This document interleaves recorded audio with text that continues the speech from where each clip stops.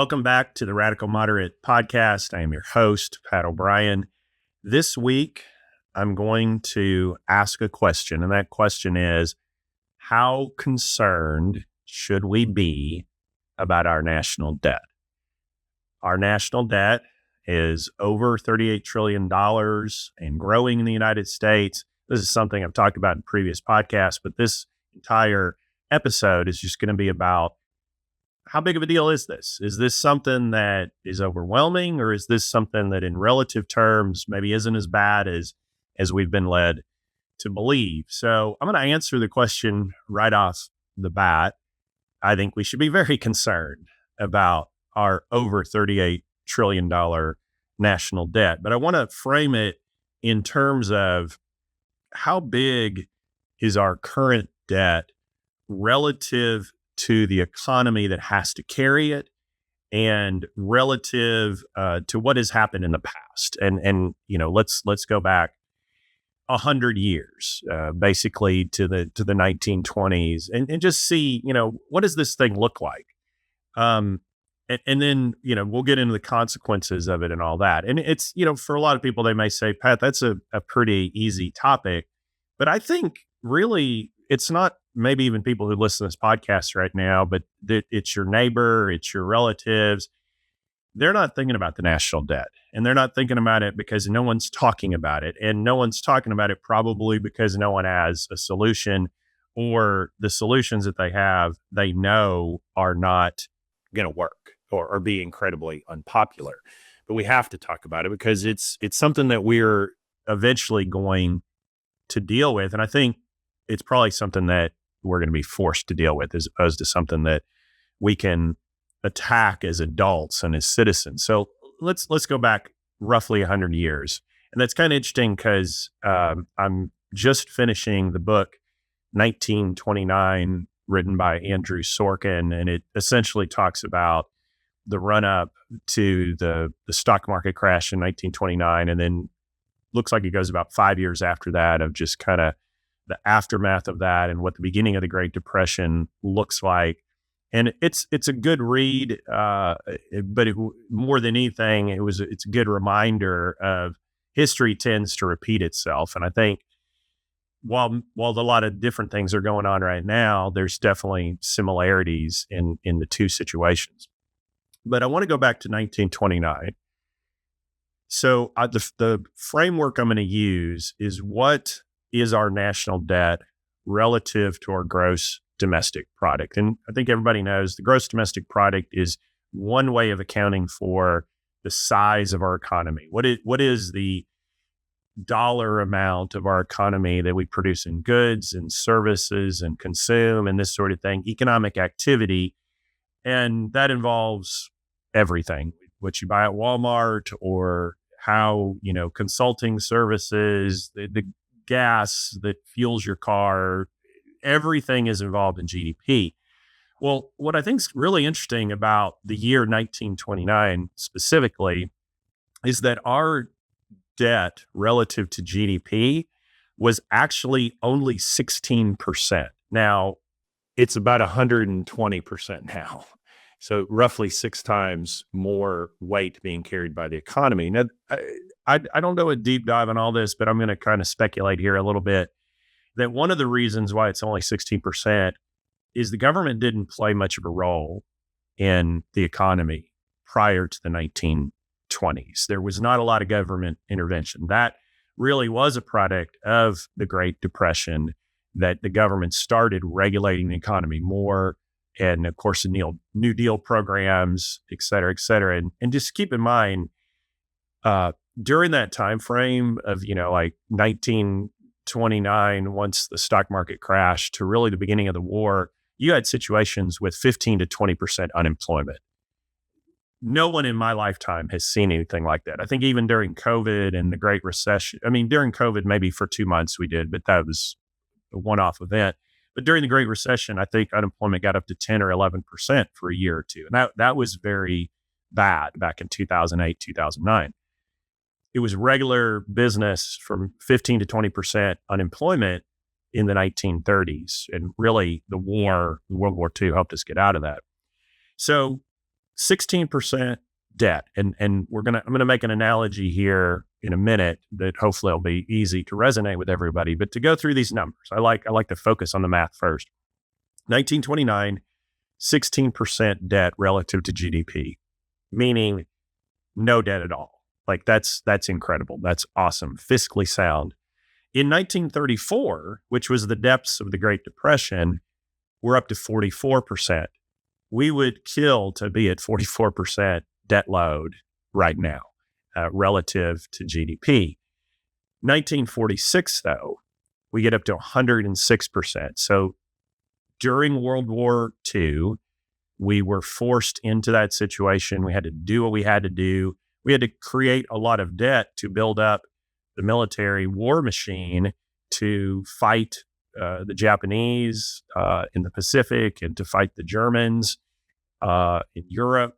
And that's just what we had to do. And so 106% debt load relative to GDP was very high, but everybody understood why. And it was something that was forced upon us. It was not a choice. Somebody is self-defense basically, and it proved to be the right move. And we won the war, and it doesn't get won without us. I think history is very clear about that. So it was the right move. It was the right decision for the American people, and the greatest generation fueled that. And then we start coming back, and we start coming back strong. So I'll skip way ahead to 1974. Our debt load is only 23%. So the national debt relative to GDP in 1974 is only 23%. That's fantastic. We've come out of the 1960s. You had LBJ's, Great Society programs, where you've got Medicare, Medicaid. Of course, Social Security comes out of the 1930s. We're really doing great economically. Now, I did a prior episode on how tumultuous the 1960s were politically, but from an economic standpoint, we were in tremendous shape. And the United States was still a creditor nation. Times were really good. The fiscal house was sound in 1974. Well, a lot happens between 1974 and the 1980s. Many would argue that Ronald Reagan increased spending quite a bit, or definitely of the military, but then did tax cuts, which, so you don't have as much money coming in. Republicans would argue that you do because we grew the economy. Whatever you want to say about it, that's not really my point. My point is, by 1989, our debt load relative to GDP was only 51%. So very good, actually, and slightly higher than the depths of the Great Depression. The problem was the structure was not built well. The structure was built to fail. And that's the problem that we see escalating and accelerating. So by 2009, when the Great Recession hits, and the consequences of that are coming out, the debt load is up to 82%. And there's a lot of factors for this, but on the one side, if the economy is not growing consistently all the time, you're getting underwater. So just like if you've ever been underwater on a house or know somebody who has, you bought the house, it's $300,000 is what you paid, and then the value of the house goes down to $200,000, and you got a $275,000 mortgage. You're underwater because the valuation changed. You were hoping, those people were hoping that they bought it at 300, but then it's going to be worth 400, and that different discussion. But that's growing your way out of debt. But when you stop growing the economy, and in 2009 we were headed backwards for a couple of years, the debt load goes up to 82%. Most recently that I could find with full year was 2023, 122% debt load. And so to put that into perspective, that means the federal debt, we owe more than our entire economy produces in 1 year. We're over leveraged. Now, I think we know the reasons. I'll come back to those drivers in a minute, but let me go for the analogy here. Hopefully you like numbers as much as I do, and hopefully you already care about the debt, or at least willing to listen at this point. But here's the analogy. Let's say that you're a person who should weigh 180 pounds, and that's what you weighed when you were 16 years old and active and that sort of thing. And then you start gaining weight and you're up to say 250 pounds. So that's very heavy. That's very overweight. And we know that's going to cause problems.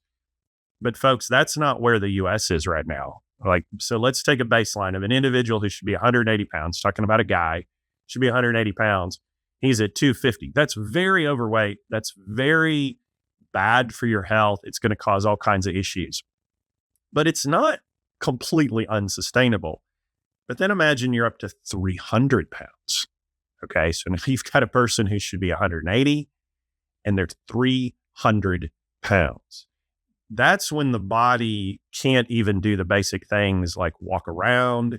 And then it's a spiraling effect downward that you can't exercise, and other negative things happen, sometimes depression and a feeling like there's no way I can get out of this. That's not where we're at, in my opinion, either currently in the US economy. Imagine that person is 360 pounds. So they should be 180 and they're 360. The weight that they carry around on a daily basis is just not sustainable. It isn't. And everybody would look at them and say, that's not sustainable. And they would know that's not sustainable. I'm not sure exactly in this analogy where, the relativity is, but I think it's more right now, like 400 pounds. So 180 pound person, ideally weighs 400 pounds. I'm going to use that as a rough analogy for our current debt load. It's bad. It's very concerning. And it's different to go back to think about, like when I was talking about World War II, somebody who had to muscle up, and maybe for my football people, somebody who was an offensive lineman and got up to 340 pounds. And these people do. A big, huge offensive lineman get up to 340 pounds. But that was a little bit artificial during their playing days. And then when they quit playing football and they quit eating differently and all that, they go down to like 250 pounds, which is closer to what they should be. Muscling up for World War II is exactly what we needed to do. And that's why we were over 100% debt relative to GDP. 120% debt to GDP right now is awful. And the bigger problem is that it's structural. And I'm going to come to that in a second. But I want to take a moment and say that this isn't a partisan thing, just like everything I'm trying to do with this show. I'm not trying to be partisan. And I'm not, because I think it doesn't work is the biggest reason. But it's not because of tax cuts that we have such a large debt. Although when you have a lot of tax cuts, like we've had, say, in the last, I'll just say 20 years, it does hurt. It doesn't help because ultimately, I would say the evidence is going to show that you bring in less money with the tax cuts. We can argue about that all day long. But in general, the tax cuts have made the situation worse, not better. Entitlement spending growth hurts. So Medicare, Medicaid, Social Security, these programs, which are very well-meaning and which help so many people live a better life, especially into their older years, well-intentioned, all that, structurally, they're growing faster than what we can support. They just are. And so that hurts. The Great Recession, COVID spending, that has made it worse. But I think the biggest reason why we're in this situation ultimately is the expectations of the American public. We somehow think, if we just didn't fight that war in Afghanistan, we'd have money we wouldn't have a debt. Wrong, not true. Or if we just didn't have the big, beautiful bill, we'd have enough money. Wrong, not true. Or we just cut Head Start, or we just cut name your SNAP, whatever. We wouldn't have the national debt. That's just all wrong, folks. That's the little stuff. That's the stuff that isn't going to make the difference. It's the big stuff like Social Security. So let's talk about Social Security math here just for a second. And I already understand the attacks of, Pat, you want people to work till they're 100 years old, and that's fine. I don't really care what you think about that unless it's math based. If you're just giving me an opinion of, you're a bad person because you want everybody to work till they're 75 years old, I'm not interested in that opinion, but I am interested in the math. So if you look at this, in 1960, there were about 5 workers for every Social Security beneficiary. And that was a good ratio. And I've already told you that if you go back to 1974, our relative debt to GDP was only 23%. So in the 1960s, Social Security was working really well. Today, that ratio is about 3-to-1. So 3 people work to support 1 person on Social Security. It's a big difference. The 5-to-1 versus the 3-to-1 is a massive, massive, massive, massive difference. The bigger problem, though, certainly there's fewer people working to support more retirees, and that's structural. The bigger issue is we're headed to 2-to-1.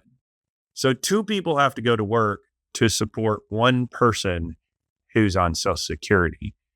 The math does not work. It is not sustainable. And it's, I'd be happy to have a guest on to talk about the math of Social Security and the effects of that. You don't have to be an expert. You don't have to be a mathematician. These facts are hardwired truth. That's just the way it is. And so what are we doing about it? Not a whole lot. And I could talk about Medicare and Medicaid. I won't, because it's a little more complicated on those. Our healthcare system is much more complicated, but Social Security is very simple. Like, I work right now, Social Security taxes are taken out of my check. That money is essentially going straight to a retiree, that's the bargain that was made in the 1930s. And it was a good idea. The issue is people are living a lot longer now, and that's a good thing. And there's ways to combat that. There's ways to fix the problem, because at the end of the day, ultimately, it is a math problem. So what, if anything, has been done about this? So we established that I'm very concerned. I think you should be very concerned about how heavy our debt load is.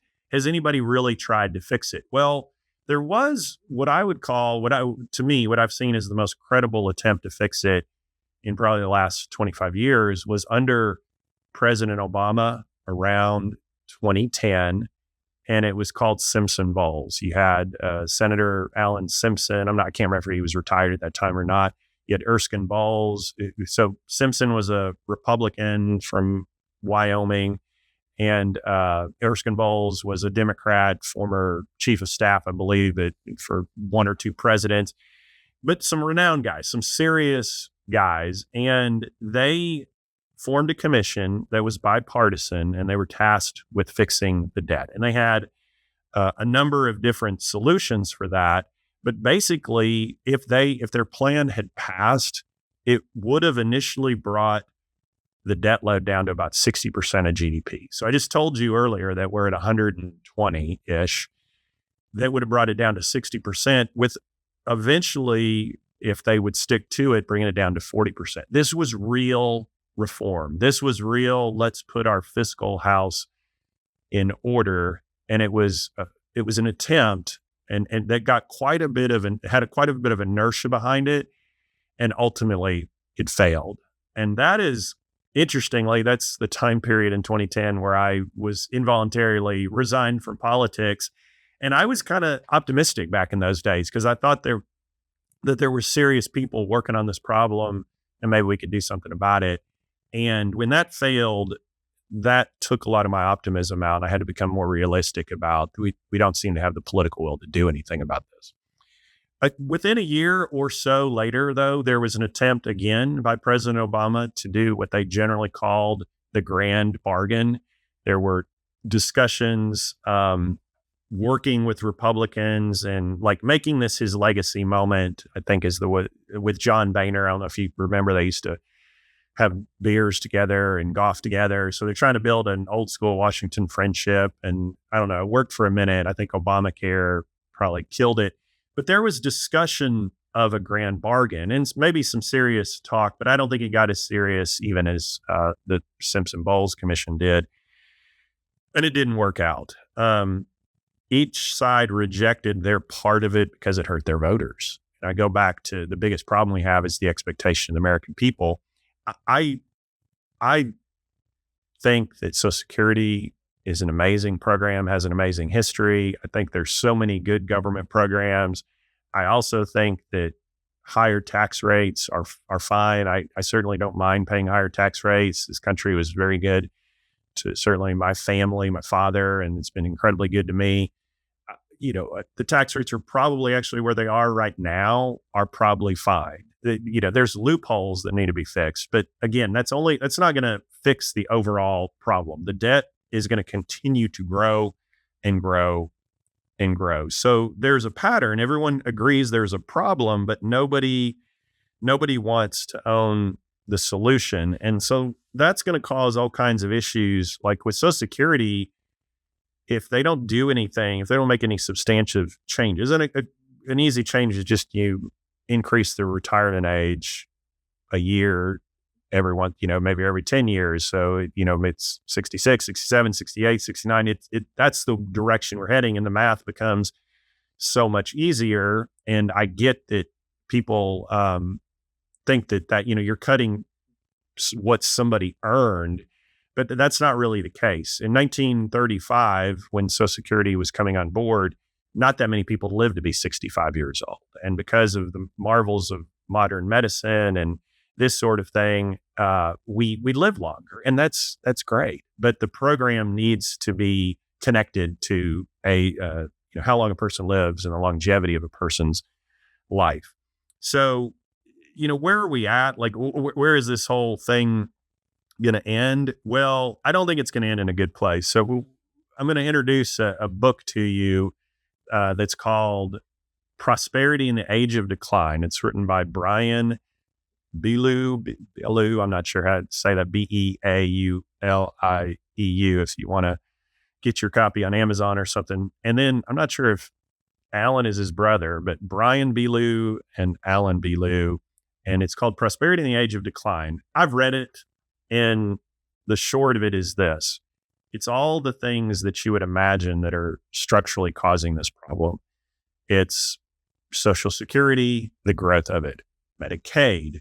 It's our national defense. There was a time in the 1990s when Bill Clinton was president and the Iron Curtain had fallen that they called it the peace dividend. And we closed a lot of bases, and we didn't have to spend as much on defense. And that was because we won. Similar, go back to World War II. We won the war. So then the troops come home and you don't need as massive a military. And so it was a good thing that we won the Cold War.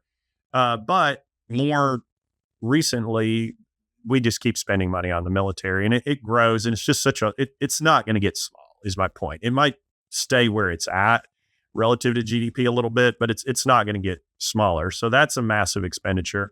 Healthcare, and when I say healthcare, both the cost of healthcare, which everybody hears about all the time, but also the fact this country is getting older.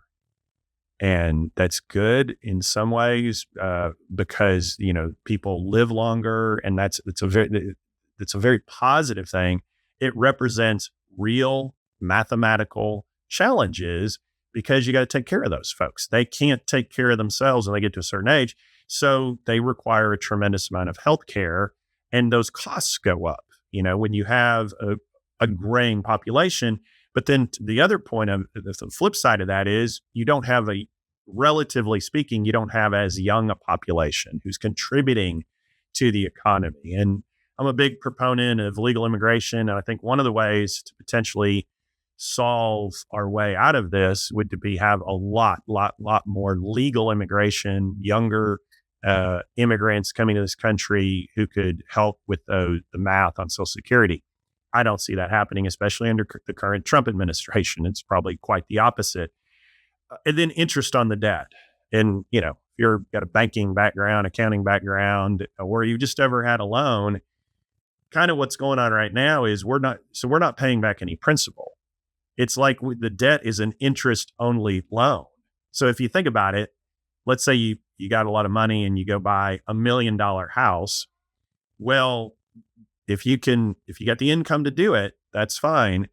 But then if I were to tell you, yeah, but you're not even paying principal, you're just paying interest only, like 5 years at a time, and hoping the interest rates go down, you're just renting $1 million house at that point. You don't own anything because you're not paying down the debt. So there's a lot of consequences to this. And this is a great book. And in short, it kind of predicts a depression that probably around about 1930, so not long from now at this point, 4 or 5 years from now, that could last a decade. And it's a sober read. I'll just leave it at that. So, but I think the structurally, none of this stuff I just don't think it's up for debate.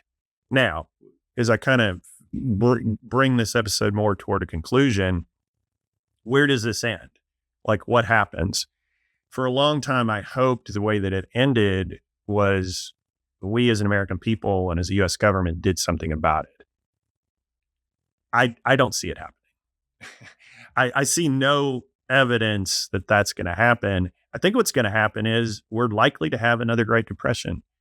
And whether or not you believe that's the premise of this book that I just told you about, is that we're going to have another Great Depression. But even if you don't believe that, you got to believe there's got to be some type of reckoning. Because go back to my analogy, you got a 180-pound person who's at 400 pounds. Some negative health consequence is going to happen. The good news is this country won't die. I believe that. I'm optimistic about our institutions and about the freedoms we have. I'm optimistic about the capitalist way of life, properly regulated, that we can come out of it. But in general, I think that we might suffer a major heart attack as a country because we weigh 400 pounds as our debt when we need to weigh 180 pounds.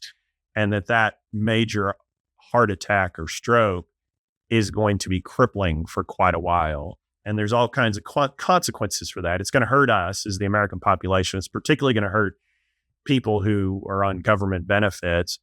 I would think that the unemployment rate will go up a lot. So it's going to hurt everybody. It's going to, anybody who doesn't have savings, and that's most of the country. I'd say at least half the country. And also it hurts our ability to be a dominant power in the world. Because when someone has leverage over you, when you owe the bank a lot of money, and when you own a house, and I'm sure there's people out there, again, who've been in this situation, listen to this podcast, when you buy a house at the top of the market and the price of that home goes down, and then you lose your job, you can't sell it, your asset, you paid too much for it and it's devalued and you can't make the payments, it's going to be foreclosed upon. I don't know the perfect analogy, folks, of what's going to happen, except I'll kind of move to the end of this episode by saying this. How concerned should we be about the debt of over $38 trillion in the United States? Very concerned. That's point number one. Point number two, it's not a partisan issue. It's not a left-right issue. There's no silver bullets out there. There just aren't. And quite frankly, politicians who are telling you that are purposely being deceptive for their own individual interests. And number three, I think I'll just say there's a 95% chance that the way we come out of this is basically a massive economic depression that could, quite frankly, last for years, could last for 5 or 10 years. And it would be a reset of everything, a reset of expectations, a reset of our economy. And whether it's something like AI that precipitates it, I think that's all a factor. But I think by the way, this book was written like 14 years ago or something. Like it isn't a new prediction. So the only thing I can be optimistic about is some of us, I think, are preparing for that. I want you to be one of the people who's preparing for that. And if you disagree with me, if you've got a counterpoint, especially on my Instagram, reach out to me. But I think this is a math-based argument, and I don't see a way out of it short of some real economic pain being inflicted upon our country. So that is, for this week, that is the POV of POB.